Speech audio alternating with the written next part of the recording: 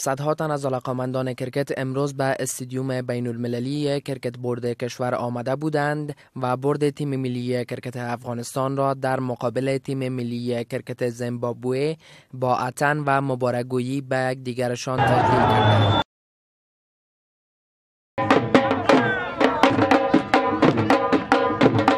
در دست آنان بیرق سه‌رنگ افغانستان بود و با خوشحالی فراوان شعار می‌دادند که زنده باد افغانستان و تیم ملی کرکت کشور.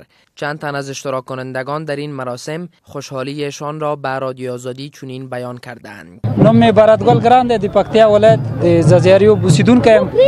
ډیر خوشاله یم چې بیا افغانستان د کرکټ لوبډلې د شلوریزو په پړاو کې T20 ورلد کپ ته لار پیدا کړل. ډیر خوشاله یو او دومره څه خوشاله یو چې د خلکو خبره چې په جامو کې نه ځایږو. ډیر زیات خوشاله دومره ستاسو د هیوادوالو خوشحالي ده.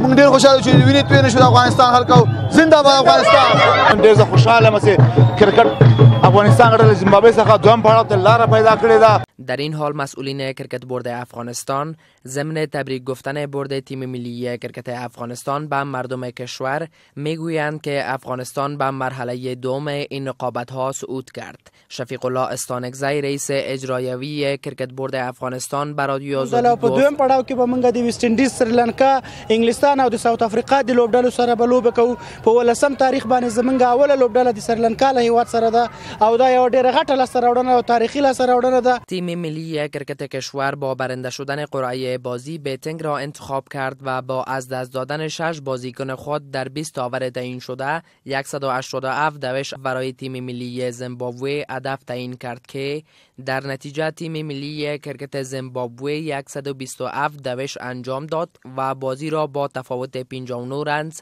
به افغانستان واگذار کرد.